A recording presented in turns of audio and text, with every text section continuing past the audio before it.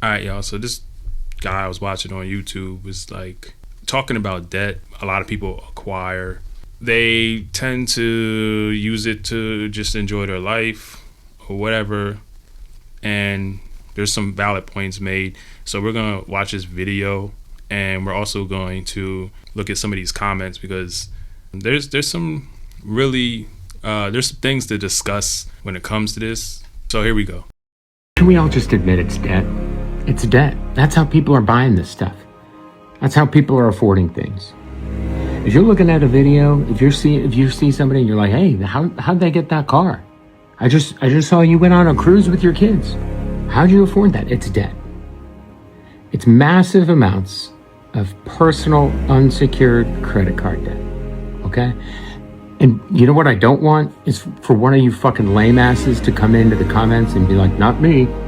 I scrimped and saved and I don't spend money on unnecessary, you know what, fuck off back to Fantasyland. Dave Ramsey, okay? You're not who I'm talking about here. You know that. This is not the point of that post. I know how much money I make, okay? And I know how much other people that I work with make, and it's not enough. It's not enough to do the stuff that people are doing. I know it isn't. And if you feel the same way, like, how are they doing it? About those people, it's debt. First of all, I mean, we have to be responsible here, man. I think that's the main takeaway. People are going to use debt to do whatever they want to do, and I don't think that anybody's necessarily wrong for that. But there are repercussions that come with irresponsibly using debt. People, and it's funny that he just mentioned that. Like every time that you express yourself, it's always somebody with the opposite argument that comes rushing in with a cape to the comment section to be like, oh, well, I don't use that, and it's inappropriate to use that if you're not using it to build some real estate profile or build some kind of business or invest in something where you're going to get a return, which in itself is good advice. It's correct advice, but some people, they choose to do other things with debt. Like that's why you got the rise of Affirm, and you got Klarna, things like that people are using to purchase items like clothing, or some using it for groceries and large items. I think that I think when it comes to how you're gonna use your debt, it is good to keep that low, because bad debts anyways, something that is not a home or some type of investment where you're putting the money to work for you, it's good to keep those debts low, because you will have to pay the Pied Piper eventually, especially if you're using credit card debt irresponsibly. But there are ways that you can still purchase large things, like and I've done it before, like vacations and furniture and maybe tools you need to, let's say if you're a mechanic and you need tools, and you need to make that investment so that you can do your work and pay back the investment later. There are a bunch of ways, and that's why it's important to keep your credit good, because your credit will allow you to do those type of things. So for instance, if you're gonna buy a sofa that's $5,000, but you have access to credit through a credit card or some kind of other means, because I've used credit cards with 0% interest. I've used 0% specials through my own Chase cards, which is for another video. But if you weren't aware, there are sometimes where you can catch a Chase card with the pay plan, and it's 0%. But I believe they only offer it like once every so often. So it's not something that they do. Usually they will charge you a certain fee every month to do it. So, which kind of defeats the purpose, because the best part about any kind of financing is if you can get it for 0%, as little interest as possible.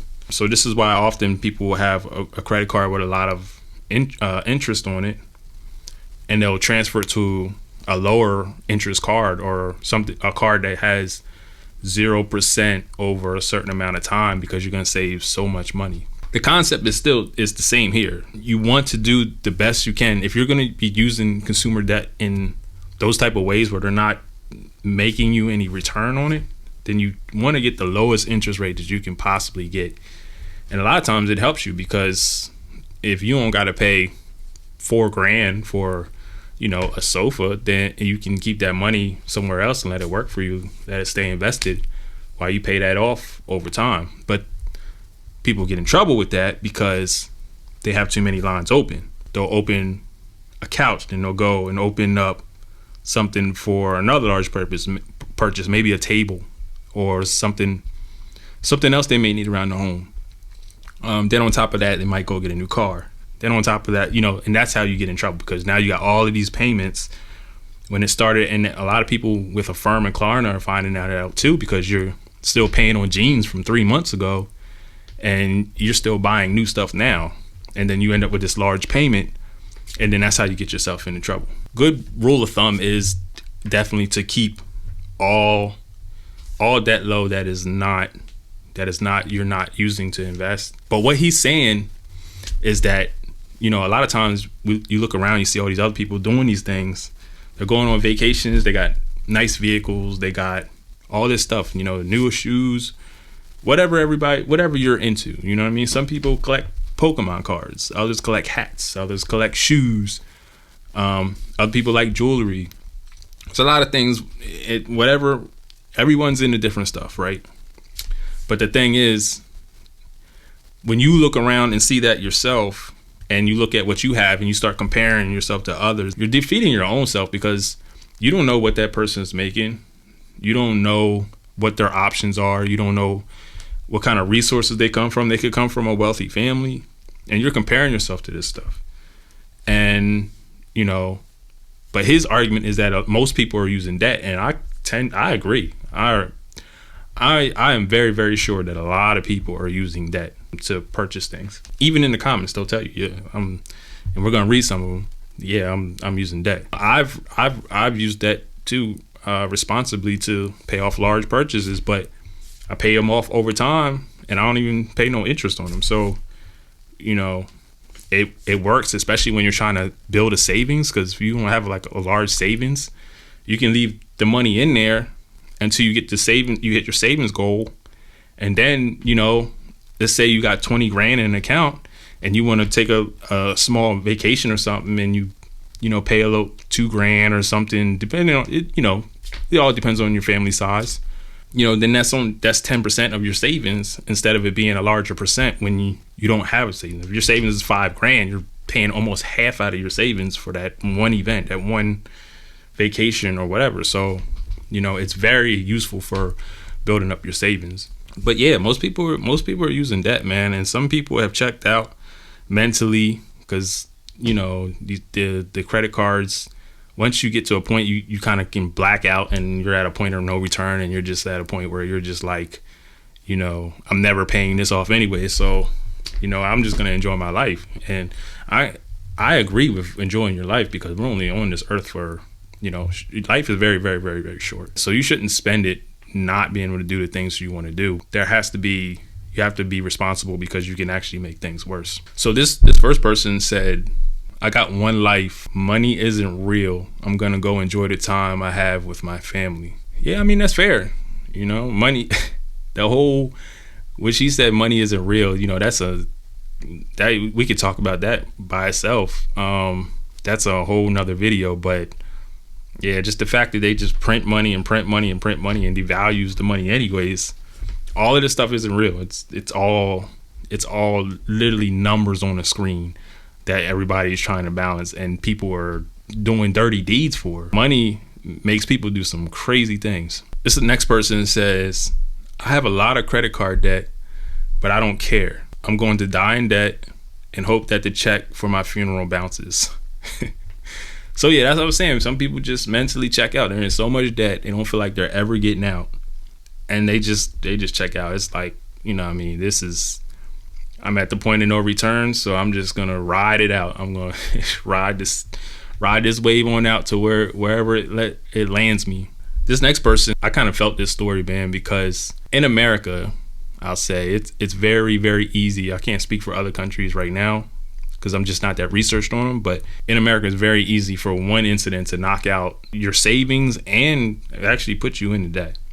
But this person said, let me make everyone in these comments feel better about themselves.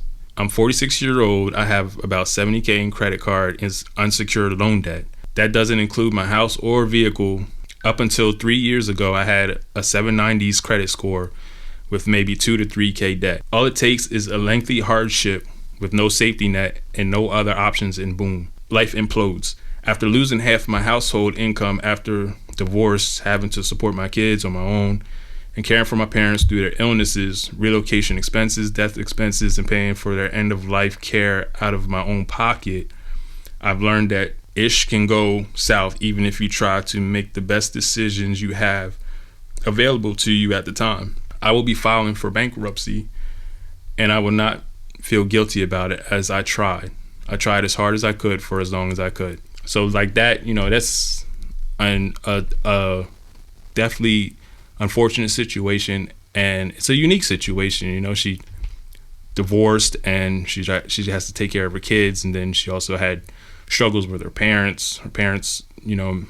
She had to take care of them. Those incidences can really change your life financially, especially divorce. Divorce tends to be one of the highest reasons people leave the middle class and go back to lower class. It's one of the biggest wealth reducers because a lot of divorce just can get nasty, and on the financial side, it can really, really, really be devastating. But that's the point that I want to make, is that, a lot of times there are things that can change your whole entire financial situation. There's also the fact that, you could come into a medical issue that could really change your financial outlook. That's why it's important to eat real foods and stay healthy, because those type of things are real risks. Even though I believe that if those things happen, there are ways that you can manage it so that it doesn't get out of control, but there's only so much you can manage. You end up with a $70,000, $100,000 bill for a heart surgery. It's not a lot that you can do about that. And I think there should be programs to help people with stuff like that, like these life-changing, financial things. But, that can go either way, because any system that gets created, there's going to be people that are going to try to game the system. So either way, it can be tough, but I don't know. Let me know what y'all think about that yourselves. Do you use it? And how do you use it, man? Because you can use it to really, get some things that you like, do some things that you like, have some fun, but also use it to invest. There's a lot of things it can help you with if you're using it responsibly and you fully understand what you're getting into before you get into it. So yeah, I'd love to know what y'all think, and I'm fully on board with people like enjoying their lives. I just want people to be safe when they do it. That's it.